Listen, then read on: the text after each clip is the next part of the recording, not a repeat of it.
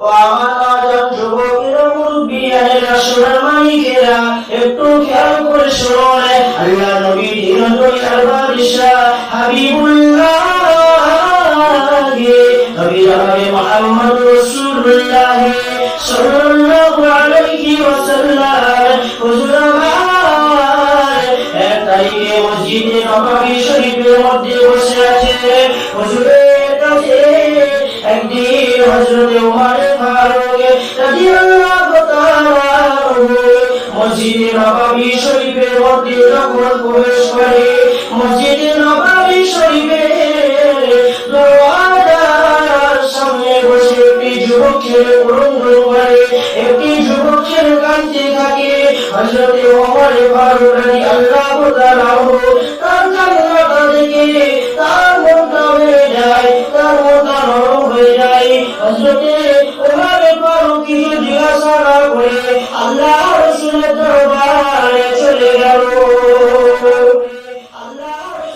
ওই সময় হযরত ওমর ফারুক রাদিয়াল্লাহু তাআলা আল্লাহ রাসূলের দরবারে গিয়ে বিশ্ব নবীকে বলতে লেগেছে, ইয়া রাসূলুল্লাহ, ইয়া হাবিবাল্লাহ, হুজুর আমি ওমর ফারুক মসজিদে নববী শরীফের দরওয়াজা দিয়ে যখন প্রবেশ করছিলাম, দরওয়াজা দিয়ে যখন ঢুকছিলাম, ওই সময় একটি যুবক ছেলে মসজিদে নববী শরীফের মসজিদে দরওয়াজায় বসে বসে ক্রন্দন করছে, কান্নাকাটি করছে।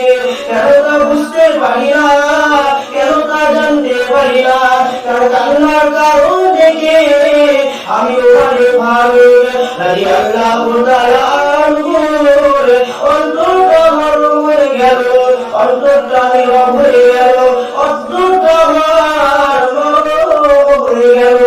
আমি কি করবো বুঝতে পারছি না। ওই সময় আল্লাহ রাসূল দুনিয়ার বাদশাহ হাবিবুল্লাহ নবী জনাবে মুহাম্মদ রাসূলুল্লাহ সাল্লাল্লাহু আলাইহি ওয়াসাল্লাম ওই যুবক ছেলেটাকে ডাক দিয়ে, ওই যুবক ছেলেটাকে যখন ডাক দিল, আল্লাহ রাসূলের দরবারে হাজির হলো আল্লাহ নবী দুনিয়ার বাদশাহ হাবিবুল্লাহ নবী জনাবে মুহাম্মদ রাসূলুল্লাহ সাল্লাল্লাহু আলাইহি ওয়াসাল্লাম ওই যুবক ছেলেটাকে জিজ্ঞাসা করতে লেগেছে, ও বাবা যুবক, তুমি কেন এভাবে কাঁদো, তুমি কেন এভাবে কান্নাকাটি করো, তোমার কান্নার কারণটা কি আমাকে বলে ফেলো। যখন রাসূলুল্লাহ সাল্লাল্লাহু আলাইহি ওয়াসাল্লাম ওই যুবক ছেলেটাকে জিজ্ঞাসা করলো, বাবা যুবক, তোমার কান্নার কারণটা কি আমাকে বলো, আমি শুনতে চাই। যুবক ছেলেটা বলছে, ইয়া রাসূলুল্লাহ, ইয়া হাবিবাল্লাহ, হুজুর বেয়াদবি মাফ করবেন। আমি এতটা গুনাহগার ব্যক্তি, এতটা গুনাহগার বান্দা, এতটা পাপ বান্দা, পাপ করেছি, আল্লাহ আমার উপরে নারাজ হয়ে গেছে, আল্লাহ আমার উপরে রাগান্বিত হয়ে গেছে। তখন আল্লাহ রাসূলের যুবক ছেলেটাকে বলল, তোমার কান্নার কারণটা কি বলে ফেলো। ওই যুবক ছেলেটা কিছুতেই বলবে না। আল্লাহ রাসূল বলল, তোমার পাপ কাজ বেশি না আমার আল্লাহ দয়াটা বেশি। তখন বলল, আমার আল্লাহ দয়া, বলে সুবহানাল্লাহ, তখন বলল, আমার আল্লাহ দয়াটা বেশি। আবার রাসূলুল্লাহ বলল, তোমার তাহলে পাপ কাজটা, অন্যায় কাজটা কি বলে ফেলো। ওই যুবক ছেলেটা বলবে না। ওই যুবক ছেলেটা কিছুতেই বলতে চায় না আল্লাহ রাসূলকে তার পাপের কাজটা কি, তার পাপ কারণটা কি, তার গুনার কারণটা কি, কি গুনাহ করেছে সেটা বলতে চায় না। কি এমন গুনাহ করেছে? আল্লাহ রাসূল আবার জিজ্ঞাসা করলেন, বাবা যুবক, তোমার পাপ কাজটা কি, তোমার গুনার কারণটা কি, তোমার গুনার পরিমাণটা বেশি না আমার আল্লাহ দয়াটা বেশি। আবার বলল, আমার গুনাহটা বেশি। বলল, আমার পাপ কাজটা বেশি, অন্যায় কাজটা বেশি। ওই সময় আল্লাহ নবী দুনিয়ার বাদশাহ হাবিবুল্লাহ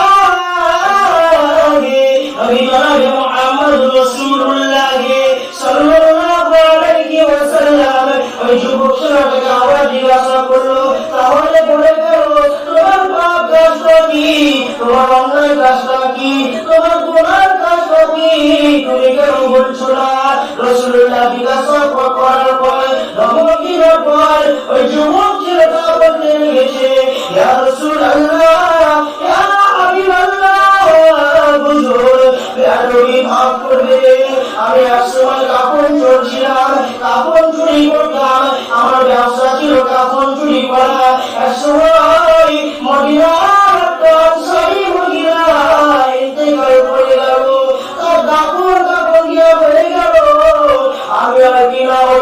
ওই যুবতী মহিলার কবরস্থানে গিয়ে কবরটা খনন করে কবরটা খুঁড়ে তার নাচ থেকে যখন কাপড়টা চুরি করে আসতে যাচ্ছিলাম, তার নাচ থেকে কাপড়টা চুরি করে যখন আমি নিয়েছি, ওই সময় শয়তানে আমার উত্তেজনা যৌবনের উত্তেজনা বাড়িয়ে দিয়েছিল।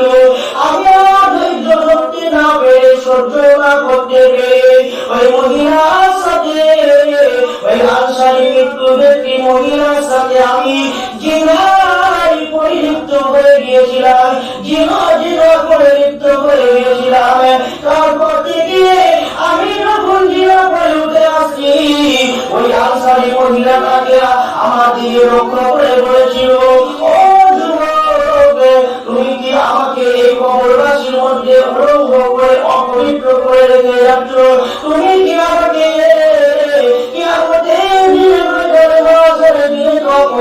করে তুলতে চাও?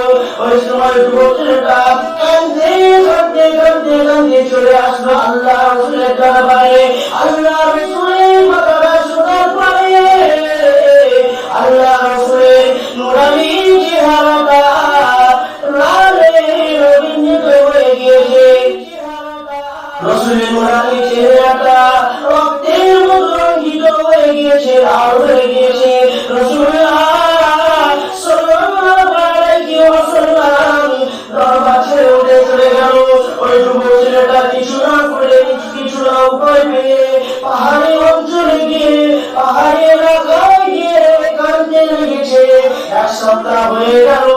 ওই যুবক ছেলেটা যেদিন আল্লাহ দরবারে নাজারি করে, আল্লাহ দরবারে দোয়া চায়, ও আমার আল্লাহ,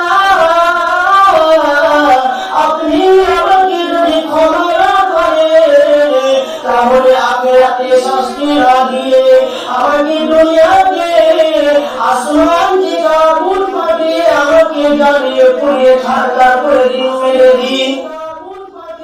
আর যদি আমাকে ক্ষমা করে দিতে হয় তাহলে আপনার নবী হাবিবুল্লাহকে জানিয়ে দিন। ওই সময় কিছুক্ষণ পরে আল্লাহ পাক রব্বুল আলামিন হযরত জিবরিল আমিন আলাইহিস সালামকে দুনিয়ার জমিনে আল্লাহ রাসূলের দরবারে হাজির করলেন। জিবরিল আমিন আলাইহিস সালাম আল্লাহ রাসূলের দরবারে এসে রাসূলুল্লাহ কি বলতে লেগেছে,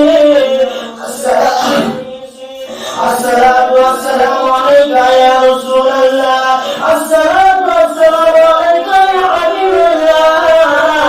হুজুর, আমি জিবরিল আমিন আপনার দরবারে এসেছি আপনাকে কিছু কথা বলার জন্য। আল্লাহ রাসূল বললেন, ও জিবরিল আমিন, বলো তোমার কি কথা বলা আছে, তুমি কি বলেছো, তোমার কি দরকার আছে, তুমি বলে গেল। ওই সময় জিবরিল আমিন আলাইহিস সালাম আল্লাহ রাসূলকে বলতে লেগেছে, ইয়া রাসূলুল্লাহ, ইয়া হাবিবাল্লাহ, হুজুর, আপনি কি গোটা পৃথিবী সৃষ্টি করে কাউকে সৃষ্টি করেছে? সবাই বলছে, ইয়া রাসূল, ও জিবরিল আমিন আলাইহিস সালাম, না না, আমি সৃষ্টি করি না, যে আল্লাহ আমাকে সৃষ্টি করেছে এবং গোটা পৃথিবীকে আল্লাহ সৃষ্টি করেছে। সুবহানাল্লাহ। আল্লাহ রাসূলকে আমাকে কথা বলতে লেগেছে, ইয়া রাসূলুল্লাহ, ইয়া হাবিবাল্লাহ, হুজুর, আপনি কি গোটা সৃষ্টি মানব জাতিকে, পশু পাখিকে, মুখলুককে খাওয়া দেয়? না না না, আমি আল্লাহ, আমি যে আল্লাহ আমাকে খাওয়া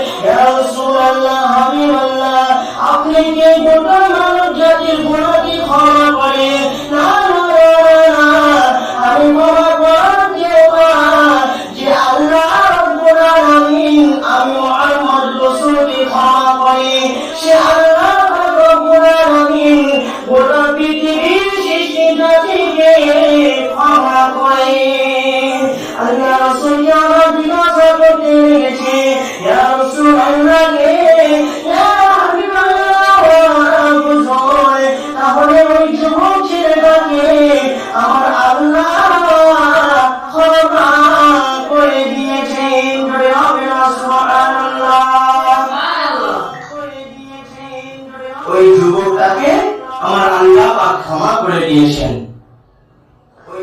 আল্লাহ রাসূল এই খবরটা শোনার পরে ওই যুবক ছেলেটাকে ডেকে আনলো।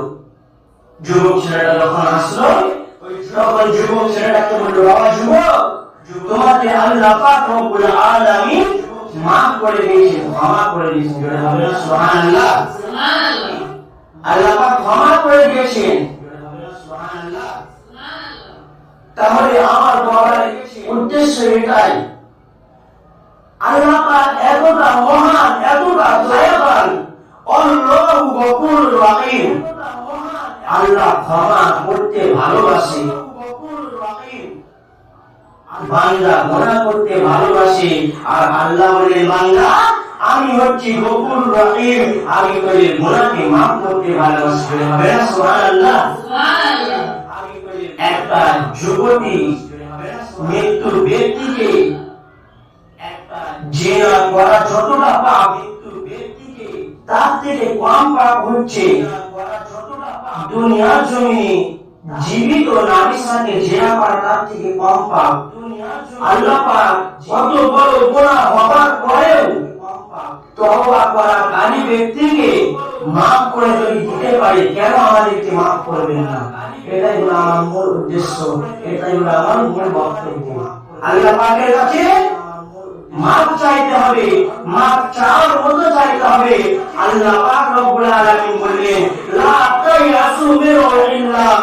আমার বান্দা, তোরা জমিনে যাই নামাজটা ফেলে দিয়ে আমি আল্লাহ আমার কাছে দুই রাকাত নফল নামাজ পড়ে আমার কাছে দোয়া চাই, আমি আল্লাহ তোদের জীবনের সমস্ত গুনাহগুলোকে maaf করে দেব। সুবহানাল্লাহ, সুবহানাল্লাহ। আল্লাহ পাক আমাদেরকে যেন পাপ কাজ থেকে মুক্তি দান করেন এবং সৎ পথে চলার তৌফিক দান করেন। সকলে বলে আল্লাহুম্মা আমিন।